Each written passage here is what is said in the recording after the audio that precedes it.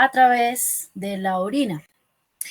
Ya hemos visto el sistema respiratorio que nos ayuda a deshacernos del CO2, el sistema digestivo que nos ayuda a deshacernos de los nutrientes que no, o más bien de los desechos que no van a ser parte de esos nutrientes que absorbemos, ¿no? Vimos que el sistema circulatorio pues es el encargado de llevar la sangre a los diferentes órganos para oxigenar, pero también lleva a algunos filtros. Entre esos está pues la parte del hígado, encargado de filtrar también la sangre y de deshacerse de algunos desechos, y los riñones, que son pues mucho más fuertes en el tema de deshacerse de sustancias que pueden ser nocivas para el cuerpo. Más o menos a los riñones, a los dos riñones entran 1.300 mililitros de sangre por minuto, ¿sí? En total, nosotros, dependiendo pues del tamaño, de la estatura, del sexo, tenemos entre 5 a 7 litros de sangre en total recorriendo nuestro cuerpo. Y de esos, pues, 1.300 deben entrar por minuto a los riñones para filtrarse. O sea que todo el tiempo están trabajando. La orina se compone de agua, de sales biliares, de ácidos también, urea, que es la que le da su típico olor, ¿no? Y en algunos casos, dependiendo si las personas tienen enfermedades donde los riñones permiten el paso de sustancias que no debieran salir por orina, puede encontrarse, por ejemplo, cantidades de azúcar o de proteínas, de vitaminas en esa orina.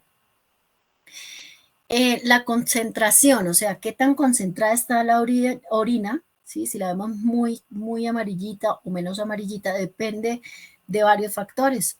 Por ejemplo, el clima, en clima caliente, pues tiende a absorberse más agua por sudor o a perder más agua uno por sudor. Y pues la orina tiende a hacerse más deshidratada o más concentrada, ¿sí? Se vuelve más coloreada. También depende de la cantidad de líquido que ingiramos, ¿no? Porque si tomamos muy poco líquido, pues la orina va a ser más concentrada, más coloreada. Si consumimos más sal o sodio, pues también. El agua queda retenida, ¿no?, en el cuerpo por la gran cantidad de sal consumido, y esa orina va a salir con menos agua, o sea, más concentrada. En estética se deben conocer pues las anormalidades, ¿sí? Porque en algunos pacientes no se pueden llevar a cabo algunas técnicas por el tema de daño renal o inflamación renal. Bueno, el sistema renal está conformado por los dos riñones, los vasos, ¿sí? Siempre los manifestamos como en azul y en rojo dependiendo de la función, ¿no?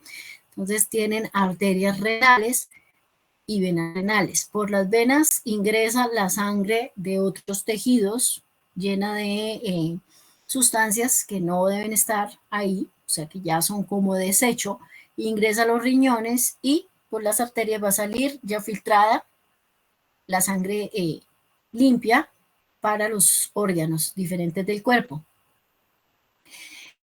Bueno, el sistema renal también está conformado por los uréteres, que son estas dos salidas, digámoslo así, por donde va a resbalar las gotas de orina con el filtrado, con los desechos, ¿sí? Y llega hasta la vejiga y desde la vejiga a la uretra para ser excretada, o sea, para salir de nuestro cuerpo en forma de orina.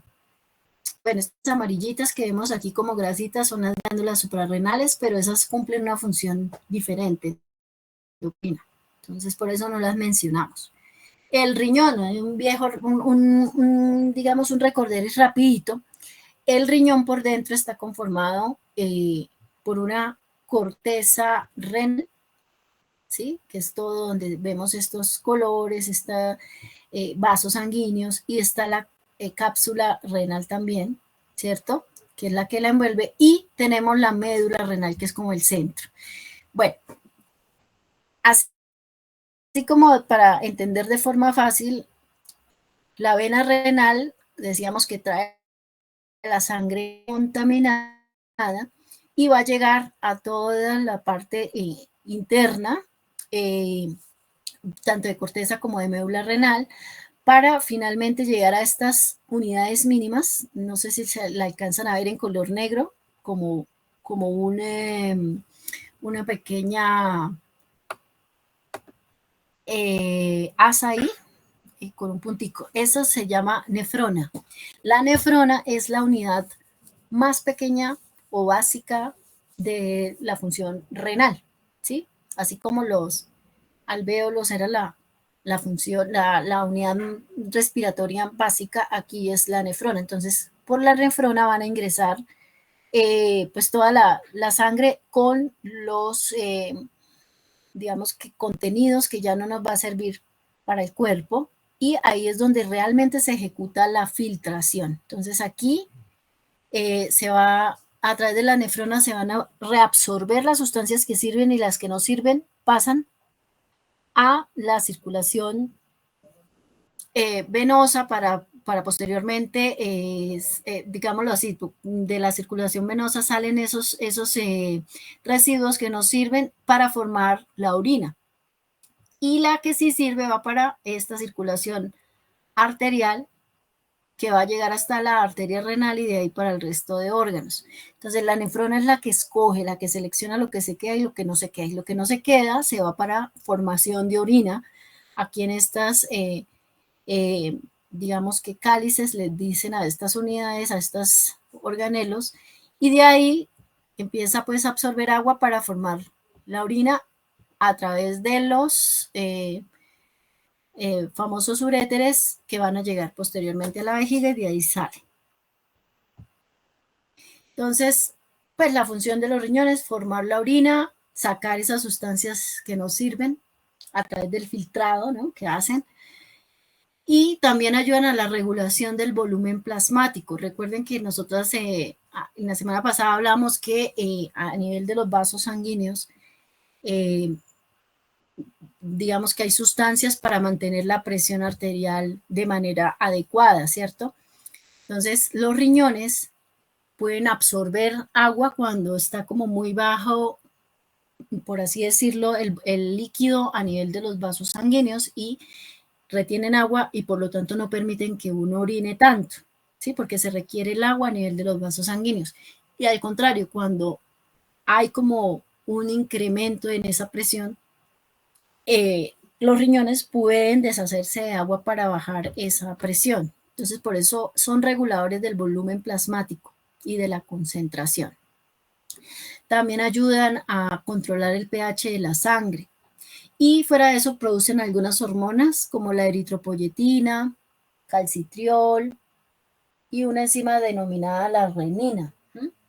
Es decir, que tienen varias funciones. Y obvio, la excreción de sustancias tóxicas por la orina. Las vías urinarias, que están formadas, o sea, es la segunda parte que forma el sistema renal, podríamos decir que son el camino por donde se evacúa la orina. Entonces tenemos las vías intrarrenales, que fueron las que mostramos ahorita, la nefrona, los cálices. Esas son las vías internas, ¿no? Cálices mayores, menores. Y ahí se da la formación de la orina y filtración de la sangre. Y las vías extrarrenales, que ya serían pues los uréteres, la vejiga y la uretra, que permite la salida de la orina.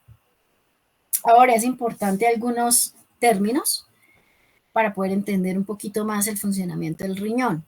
Soluto, esto uno lo ve como en ciencias naturales, ¿no? ¿Qué es un soluto? Entonces, el soluto se refiere a la sustancia que puede ser diluida en un solvente, ¿sí? O sea, una sustancia que se diluye en un solvente, o sea, en un líquido, para formar una solución. Eso es el soluto, ¿sí? Podríamos decir que es como una partícula sólida que se puede disolver en un solvente para obtener una solución. El término osmolaridad realmente nos da la idea del número de partículas o de soluto que hay por volumen de líquido. Entonces, bueno, para hacerlo más fácil y que no nos enredemos, La osmolaridad la vamos a verificar acá. Cuando hay poca osmolaridad es que hay poco soluto en el solvente, en el líquido. Muy poquito soluto, muy poquito sólido, podríamos decir, o partículas sólidas dentro del líquido. Y cuando hay mayor osmolaridad es que hay más partículas sólidas que líquido, ¿sí? En esa solución. No sé si queda claro. Bueno, y esto es lo que les digo. Normalmente entre los vasos hay, digamos, el flujo de sangre, pero la sangre contiene a la vez algunas sustancias, el plasma, que sería la parte líquida, y contiene el soluto o parte sólida, que serían las proteínas, sería el sodio y otras sustancias, ¿sí? La presión dentro de los vasos le llaman presión osmótica y oncótica. Esto es conocimiento general, por si algún día de pronto alguien les menciona eso, ustedes se acuerdan que es como algo allá de circulación y riñones, ¿no? Y por fuera de los vasos se llama presión hidrostática. Bueno, el cuento de todo esto, para hacerlo más fácil, es que tiene que haber un equilibrio entre la presión que hay dentro de los vasos y la presión externa. Siempre tiene que estar equilibrado para que, digamos, tengamos una buena función renal, una buena tensión arterial y todo nuestro cuerpo funcione adecuadamente. ¿No?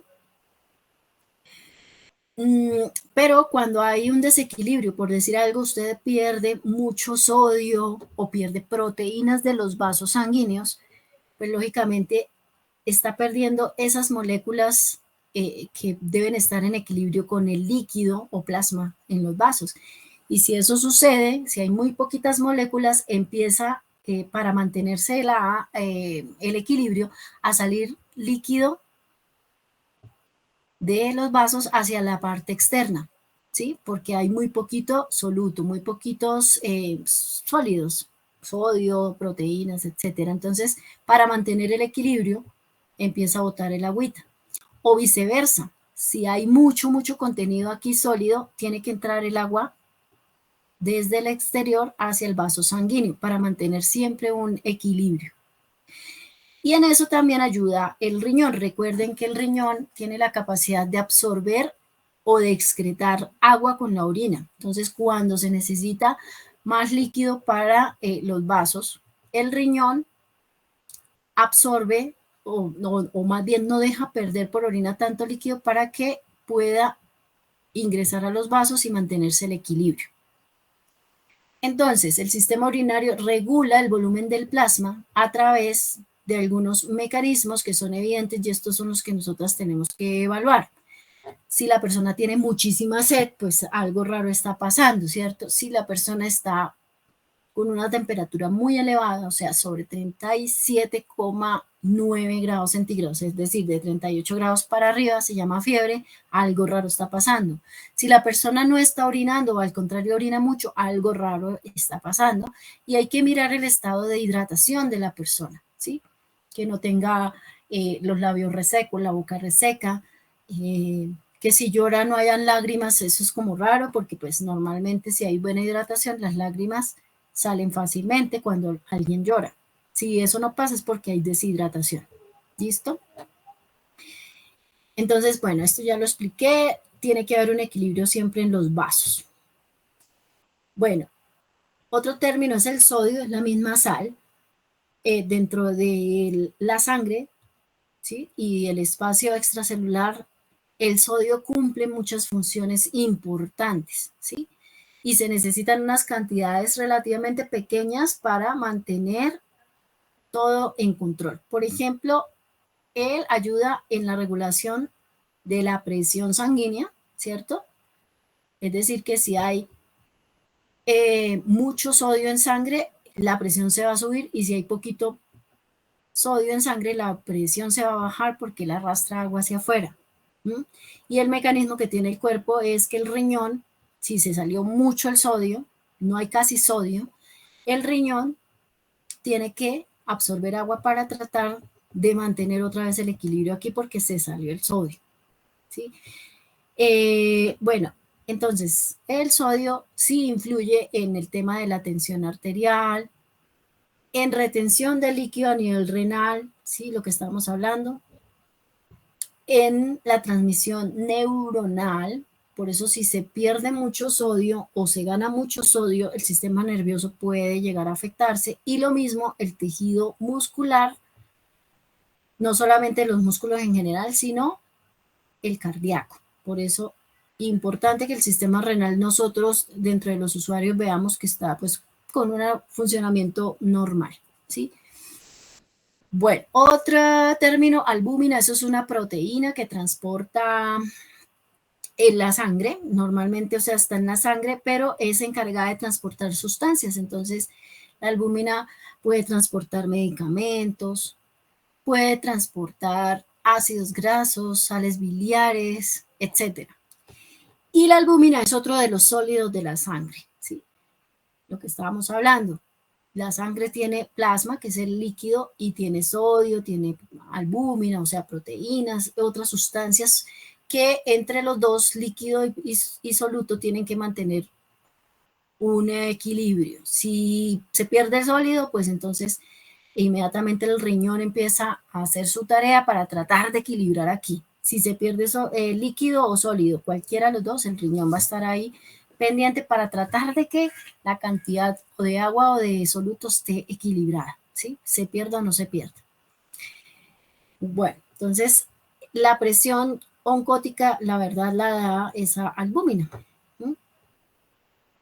Bueno, otro término, aldosterona. Yo les había dicho que el riñón, entre otras funciones, además de absorber agua o de excretar agua, de generar orina, formar algunas hormonas como la eritropoyetina, etcétera, que es para formar más sangre o glóbulos rojos, forma otra hormona que se llama aldosterona. ¿Mm?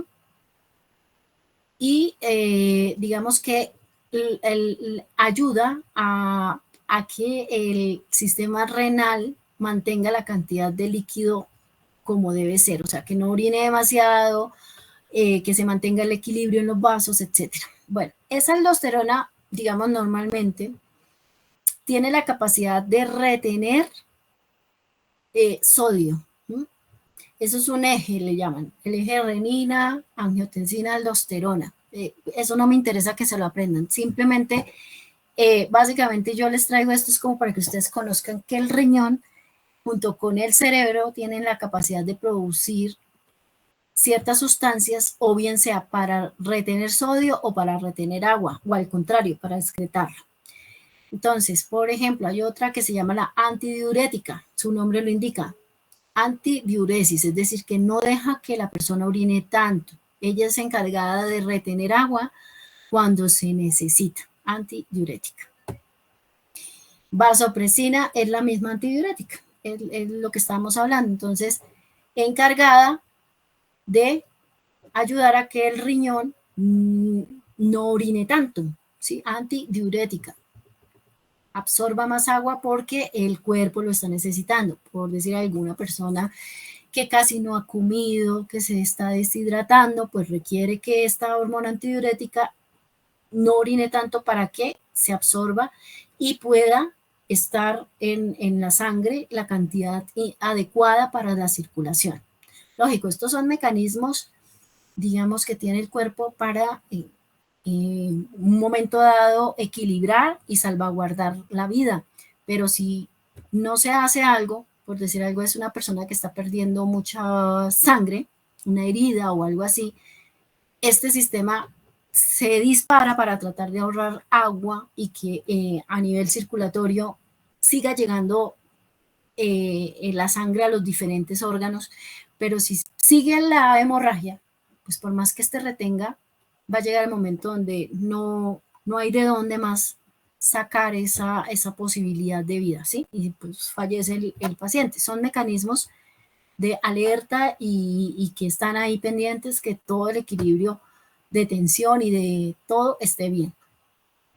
Bueno, lo de osmolaridad, pues yo les traía lo del término para poder entender esta gráfica. Cuando hay mucha osmolaridad, o sea, osmolaridad elevada significa que hay mucho soluto o parte sólida en gran cantidad en comparación con el líquido, ¿sí?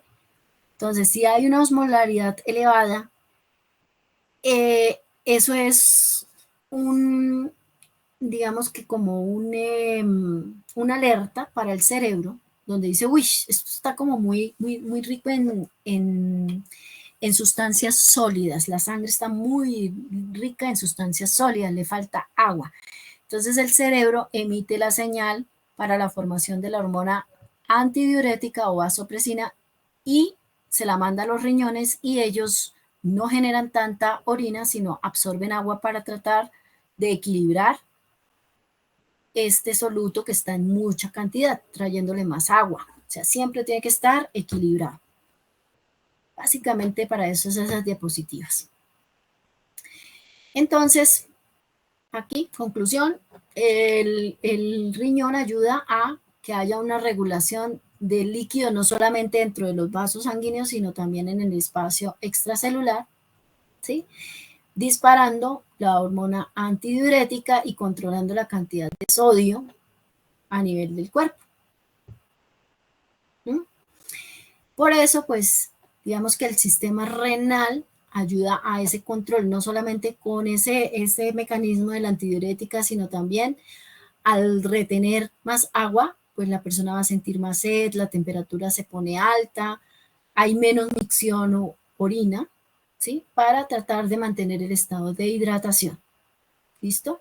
Y esto pues también nos genera que la tensión se baje o se suba. Todo depende del sodio y del agua. Esos son los dos mecanismos. Micción. ¿Qué es la micción? Pues orinar, ¿cierto? Es el deseo de expulsar la orina. Cuando uno ya siente ganas de orinar es porque tiene al menos 150 mililitros de orina acá en la vejiga. Y ya cuando uno se aguanta muchísimo las ganas de orinar, pues es porque ya sobrepasó incluso hasta los 400 mililitros, o sea, ya está toda la pobre vejiga llena de orina y empieza a dar una sensación de dolor, de malestar, ¿cierto? Para orinar es necesario que los músculos que rodean a la vejiga, en especial el detrusor, se contraiga. Entonces, al contraerse, pues hace como un apretamiento. Si esto se aprieta, pues va a impulsar la orina hacia afuera. Y los músculos de la uretra deben relajarse para dejar pasar la orina, ¿sí? Estos se contraen para empujarla, estos se dilatan para que pueda salir. Bueno, ¿qué relación tiene en la estética el sistema urinario? Pues básicamente lo que estábamos hablando, se deben conocer las alteraciones, si son pasajeras o si son permanentes, para determinar si un paciente lo podemos manejar o no. Entonces, por ejemplo, hay infecciones del sistema urinario, entonces, bueno, ya de por sí, si un paciente tiene una infección, así sea una infección leve en piel, no lo trabajen, porque cualquier infección se puede esparcir, diseminar y complicar al paciente. Existen, por ejemplo, cálculos en las vías urinarias. Normalmente, si los cálculos están controlados, es decir, el paciente no tiene dolor, no está edematizado o inflamado las piernas o los párpados, pues se puede trabajar el paciente sin traumas. Acuérdense que los cálculos normalmente son piedritas que pueden estar acá en la parte renal o en las vías urinarias. Puedo hacer masaje, puedo hacer, poner incluso calor, pero nada de golpeteo porque se pueden mover las piedras y generar una obstrucción que a la vez va a llevar a una inflamación y dolor severo y generar una urgencia, ¿cierto? Tener en cuenta enfermedades que ya hemos visto, digamos, como las hemos mencionado, como la diabetes o la hipertensión, que no son renales, pero que influyen negativamente en los riñones. Entonces ya sabemos que el hipertenso mal controlado no lo manejamos, ¿cierto? El diabético que no se está tomando su medicación, que no cumple con la alimentación, que de pronto tiene signos de descompensación, como por ejemplo que viene sudando, que viene como si estuviera borracho, pues eso más o menos nos da un indicio de que el estado de conciencia está molestando, pues no vamos a manejar esos pacientes, se remiten directamente a urgencias. Bueno, y de las alteraciones que vamos a ver, vamos a nombrar esta. La primera, la deshidratación. Eso me interesa mucho que ustedes conozcan el tema de deshidratación, porque un paciente que está deshidratado, usted no lo vaya a manejar, ¿no? No le vaya a generar ningún procedimiento, porque de por sí, dentro de los procedimientos, nosotras, en la mayoría de procedimientos, el paciente pierde agua por el calor o puede adicionalmente bajar su presión arterial o al contrario incrementarla según el estímulo que hagamos, por el drenaje linfático también importante tener en cuenta. Entonces, por eso traemos a colación esta enfermedad o esta alteración, realmente es una alteración. Entonces, en la deshidratación, pues realmente lo que sucede es que hay una falla en la conservación del agua, ¿sí? Hay algo que no está permitiendo conservar adecuadamente los niveles de agua del cuerpo. Casi siempre porque pues la persona no ha tomado suficiente líquido o agua, porque se disminuye la antidiurética. Recordemos que esta hormona lo que hace es retener agua. Si hay poquita antidiurética, pues no retiene casi agua, ¿cierto? Va a orinar mucho y se puede deshidratar, pero esto usualmente pasa en enfermedades, eh, digamos, del sistema nervioso, endocrino, etcétera. Cuando una persona tiene mucho vómito, pues obviamente pierde agua. Cuando tiene diarrea, lógicamente se puede deshidratar. Fístulas, esto es como aperturas del sistema digestivo o de otras partes que permiten pérdida de agua. En la diabetes, sobre todo cuando está muy mal controlada, es decir, que tiene mucho azúcar la sangre, lógicamente el cuerpo como mecanismo de respuesta empieza a absorber y a retener agua, generando a la vez una deshidratación extracelular. En enfermedades donde de pronto se dispara mucho la, la cantidad de sodio que se retiene, ¿sí? Claro, eso atrae agua y puede deshidratar al paciente. En quemaduras, recuerden que los grandes quemados pierden mucha agua y hay que manejar la posible deshidratación. Entonces, ¿qué signos importantes hay que tener en cuenta para saber si una persona está deshidratada? Aquí está el muñequito. Entonces, una deshidratación leve comienza porque la persona siente más sed de lo usual, puede tener dolor de cabeza, puede no orinar casi o orina muy concentrada, lo que hablábamos, ¿sí?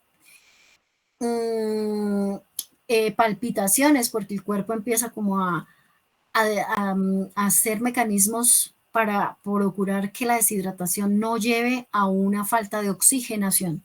Entonces empieza a trabajar el corazón más rápido para mandar sangre más rápido a los tejidos, por eso se dan las palpitaciones. Aturdimiento, como que ay, está como con ganas de dormir, como que ve todo borroso, pues por falta de oxigenación, porque en el momento que la persona empieza con la deshidratación, pues se baja la cantidad de agua a nivel circulatorio y eso conlleva a una baja oxigenación. Cansancio, debilidad, la piel se reseca, la boca se seca, todas las mucosas se ven más secas.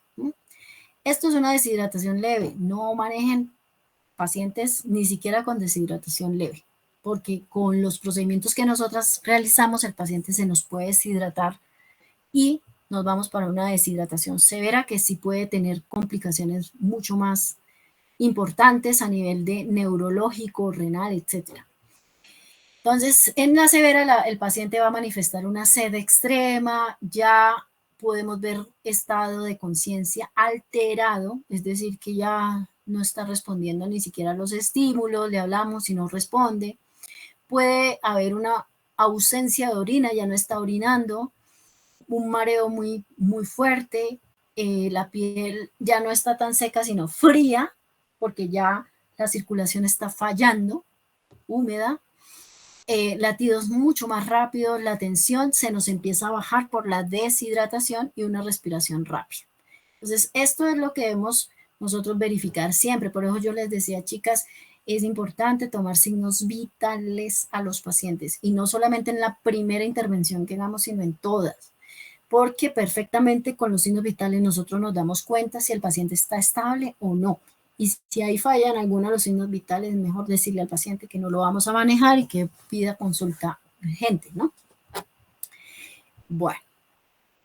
Otra falla es la hiperhidratación, es lo contrario, es la persona que toma demasiada agua, que tiene fallos en esa hormona antidiurética, mucha hormona, entonces absorbe demasiada agua y casi no orina.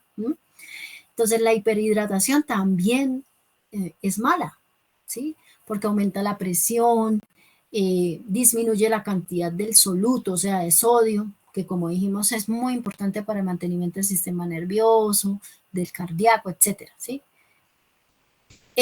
Bueno, esto de hiperhidratación en síndrome nefrótico realmente es cuando hay un daño en el riñón, ¿sí? Y empieza a perder mucho soluto, ¿sí? Deja pasar proteína, deja pasar azúcar, deja pasar lo que supuestamente debe estar en la sangre para mantener el equilibrio entre el plasma y el soluto. Si usted pierde mucho soluto por culpa del riñón, pues queda con mucho plasma, por así decirlo. Eso es una hiperhidratación, pero ya por una enfermedad. Y en algunos casos se puede ver una hiperhidratación con el edema, ¿no? Se manifiesta porque, como les estaba diciendo, se pierde mucho soluto, mucha partícula sólida y queda mucho líquido. Empieza, para mantener un equilibrio dentro de los vasos sanguíneos, a salirse el plasma hacia el exterior, y eso es lo que genera esa acumulación de líquido en el exterior, ¿cierto? El líquido que debiera ir por los vasos, mire, se salió y genera el edema. El edema, inflamación, retención de agua en líquidos, en tejidos extracelulares. La fobia es este signo que ya habíamos visto en una de las clases iniciales, donde usted, si cree que la persona tiene edema o retención de líquidos, coloca el dedito, presiona y queda ese huequito que no se deshace fácilmente, lo que nos está indicando que hay una acumulación de líquidos en el tejido de la piel.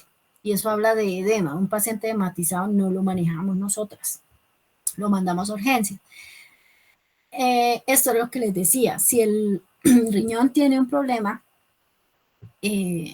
digamos normalmente, al hacer la filtración, pues el riñón tiene que devolver sustancias que sí necesitamos a la sangre, ¿cierto? Por las arterias, y por orina pues bota lo que son ácidos y otras sustancias que no, que están en exceso, en fin. Pero cuando la pared de esas unidades básicas de la nefrona o de los glomérulos pues renales se daña, deja pasar, por ejemplo, proteínas hacia la orina, ¿sí? Proteinuria se llama el hecho de tener proteínas en gran cantidad en la orina. Pero al bajarse las proteínas, casi siempre la que se baja es la albúmina, que es la encargada o una de las encargadas de mantener la presión aquí bien. Si se pierde mucha proteína por orina, pues va a quedar mucho líquido en la circulación, y el mecanismo de salvaguardar el cuerpo es sacar ese líquido extra o plasma hacia el exterior, generando el edema. Entonces, normalmente debe haber un equilibrio, sin movimiento del agua ni para allá ni para acá, ni de solutos para ningún lado. Esto es lo normal, ¿sí? Pero a veces, cuando hay demasiado soluto, pues tiene que empezar a salir el líquido, y lo contrario, cuando hay poco soluto o plasma, pues que la tensión esté muy bajita, tiene que reabsorber por obligación el líquido para tratar de mantener el equilibrio. O sea, ahí todo el tiempo está jugando, ¿no? Deja entrar agua, deja salir agua para mantener estable la presión dentro de los vasos sanguíneos. Bueno, ¿cómo se da cuenta usted si alguien tiene una hiperhidratación? Entonces ya dijimos que el edema es uno de los signos, pero también la persona empieza con náusea, vómito, dolor de cabeza, cambios en el estado mental, confusión. ¿Sí? Y bueno, la presión arterial está bajita. ¿Sí? Todo esto pues es peligroso, lógico. Dolor muscular, calambres, convulsiones, coma, pérdida de la conciencia, entre otras. sea que ni estar deshidratado es bueno, ni estar hiperhidratado es bueno. Hay otra hiperhidratación del embarazo. Esa pues sucede generalmente en los últimos 5 meses de gestación y no en todas las mujeres, sino en algunas, y es lo que lleva a un aumento de la presión arterial denominado preeclampsia y en casos más extremos eclampsia. ¿No? O sea que lo que llaman preeclampsia es que la paciente está teniendo picos de aumento de presión arterial por hiperhidratación. ¿Listo? Pero eso puede llevar o a la muerte del feto o a la muerte de la materna. Ahora, cuando están enfermos los riñones hay algunos síntomas. La persona se puede sentir fatigada, con desaliento, el edema, que es una muestra de enfermedad renal también, la boca seca, dificultad para dormir, dificultad para concentrarse, comezón en todo el cuerpo, náuseas, calambres en las noches, casi no orina. Bueno, eso ya es pues muy avanzado, ¿no? Un problema renal muy avanzado. Entonces se debe tener en cuenta en estética la regulación del volumen del plasma, que pues hablamos que nosotras sabemos si está bien, tomando la presión arterial. Volumen urinario, pues preguntándole al paciente si está orinando bien, normal, si no hay ningún problema con eso. Verificar el estado de hidratación, básicamente pues mirando mucosas, ¿cierto? Que se vea no reseca la piel, sino hidratada. Los edemas casi siempre cuando hay enfermedades renales se muestran en miembros inferiores, o sea, en las piernas, en los pies, algunas personas en los párpados.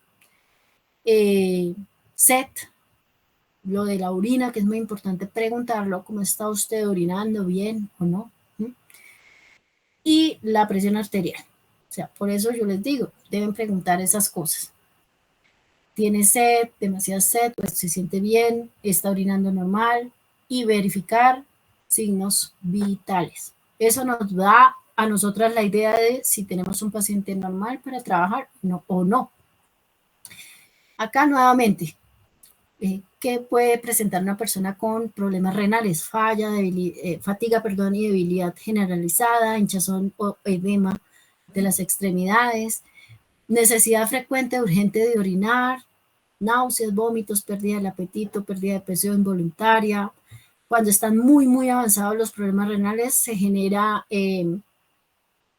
picazón en la piel por acumulación de ácido úrico y de otros, digamos que sustancias que normalmente deben ser filtradas por el riñón.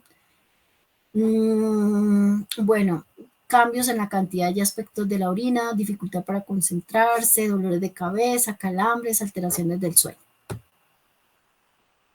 Entonces, consejos para cuidar los riñones no solamente de nosotras, sino de los pacientes. Evitar el consumo de exceso de sal, porque eso hace que el riñón tenga que trabajar el doble,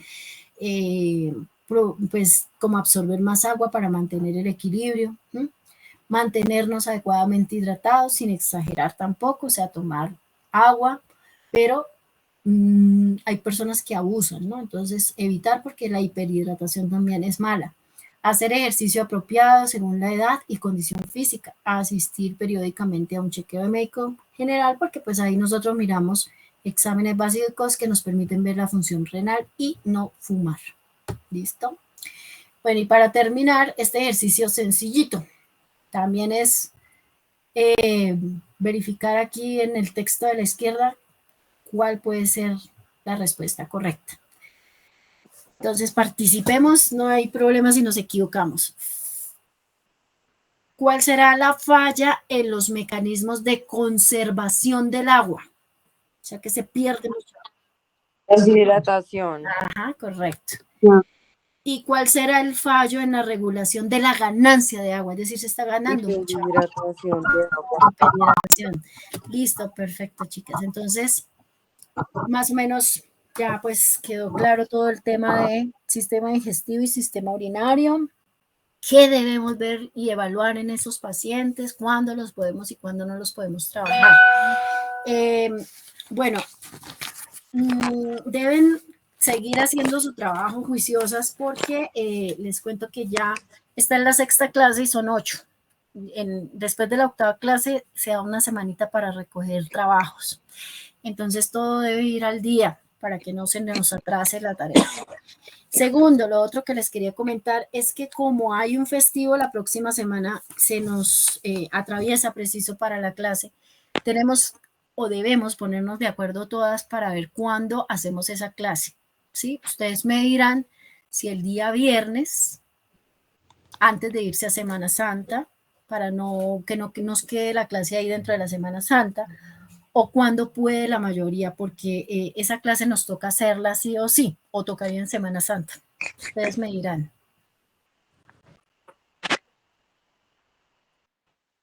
Sí, el 27 de marzo, exacto, sería ese día. Profe, ¿y el viernes a qué hora sería? Es el mismo horario, de 6 a 9 de la noche. Porque pues las clases... En mi caso, a mí se me complicaría por... Profe, a mí también se me complica demasiado. Sí, profe, a mí también, la verdad. Yo ¿Qué día tengo puede una ser? clase con la niña. Puede ser o puede ser el sábado o el domingo, o si no les interrumpe la Profe, ¿y semana. por qué no el lunes normal?